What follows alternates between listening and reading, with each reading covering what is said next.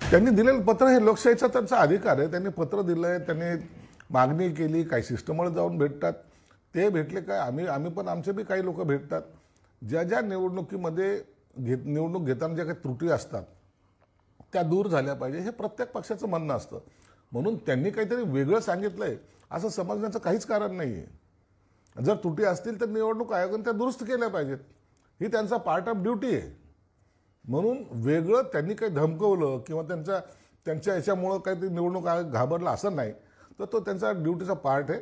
त्यांनी त्यांचं जे निवेदन आहे ते स्वीकारून योग्य तो निर्णयसुद्धा घेतला पाहिजे आणि जर चुका असेल तर त्या दुरुस्तही केल्या पाहिजे. याला कुणाची हरकत असण्याचं काही कारण नाही. तुम्ही आणि तुमची शिवसेना आणि भाजप हे दोघंही घराण्याशाहीवर सारखं बोट दाखवत असतात, पण बदलापूर नगरपालिकेमध्ये एकाच कुटुंबातले 6 जण मैदानात आहेत. म्हणजे वामन म्हात्रे स्वतः, त्यांची पत्नी, भाऊ, भाऊजाई, मुलगा, पुतण्या, असे एकाच वेळेस 6 जणांना उमेदवार देण्यात आले. आजकाल घराणेशाहीची लाट आलेली आहे.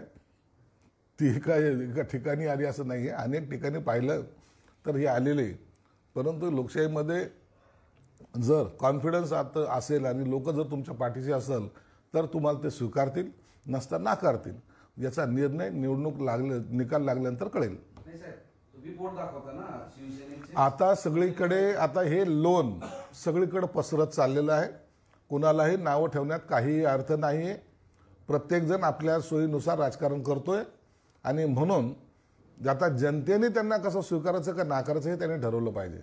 अधिकाऱ्यांच्या खुर्चीच्या बाजूला बसून अमरनाथ नगर परिषदेमध्ये मतदार याद्या तयार करण्यात आल्याचा गंभीर आरोप भाजप प्रदेशाध्यक्ष रवींद्र चव्हाण यांनी केला. आज ते अमरनाथमध्ये देखील जाणार आहेत, पदाधिकाऱ्यांची भेट घेत आहेत.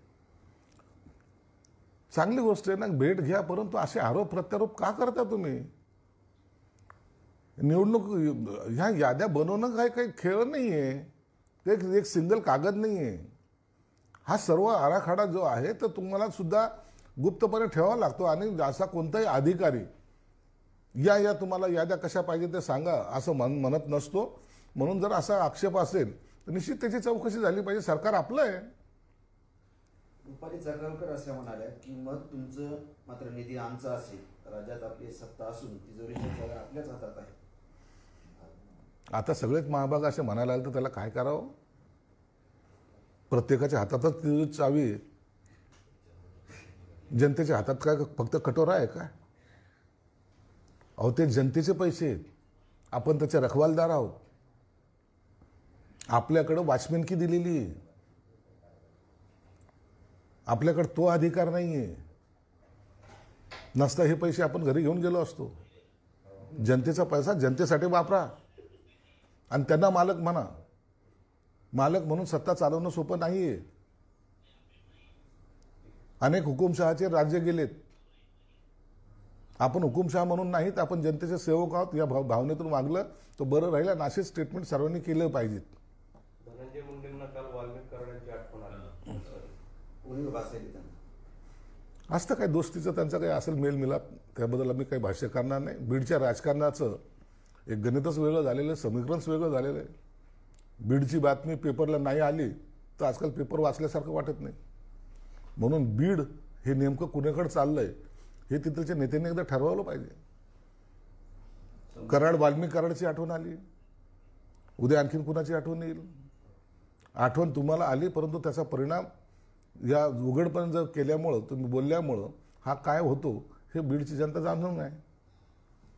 कुणाल कामरानं RSSवर टीका केली, टी शर्टवर आक्षेपार्ह फोटो ट्विट करत टीका केली, त्यामुळे अजून वाद वाढण्याची शक्यता आहे. आता कुणाल कामराने केलेली टीका, आता त्याचं कोण स्वागत करेल कोण विरोध करेल हे त्यांनी ठरवावं. मुंबईमध्ये मनसेशिवाय महाविकास आघाडीला बहुमत मिळणं कठीण असल्याचं मत काही राजकीय विश्लेषकांचं म्हणणं आहे. मुंबईतल्या जवळपास 22 प्रभागामध्ये मनसेची ताकद आहे. मुंबईमध्ये प्रत्येक विभागामध्ये प्रभागामध्ये प्रत्येक पक्षाची थोडी ना काही ताकद असते आणि या सर्व ताकदी जर एकत्रित आल्या तर त्याचा उमेदवार विजयी होतो. हे साधं गणित आहे. मनसेची ताकद आहे, मग उबाटाची नाही का? मग उबाटाची आहे तर मग भाजपची नाही का?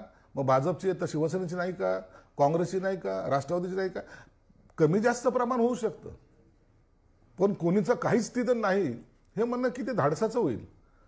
म्हणून जोपर्यंत हे सर्व ही ताकदी ज्या ज्या का पक्षाच्या असतील, ज्यांची ज्यांची युती होईल, त्यांनी एकत्रितपणे लढवलं तर त्याचा फायदा होईल. अन्यथा सगळे जर जोर बैठका काढत बसले तर मग त्याचा निर्णय हा निश्चित पराभवामध्ये दिसून येईल.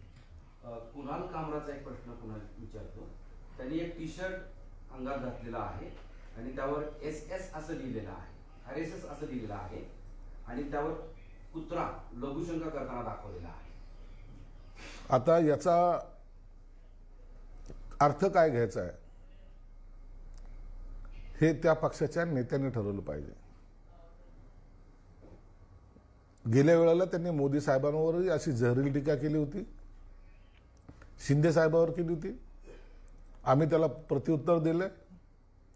आता त्याची हिंमत एवढी वाढली, तो संघाच्या सुद्धा नेत्यांवर किंवा पक्षावर किंवा संघटनेवर या पद्धतीची टीका करतोय. याचं उत्तर आता भाजपने देण्याची आवश्यकता आहे. लोकशाही मराठी ऐका, पहा, जागरूक रहा.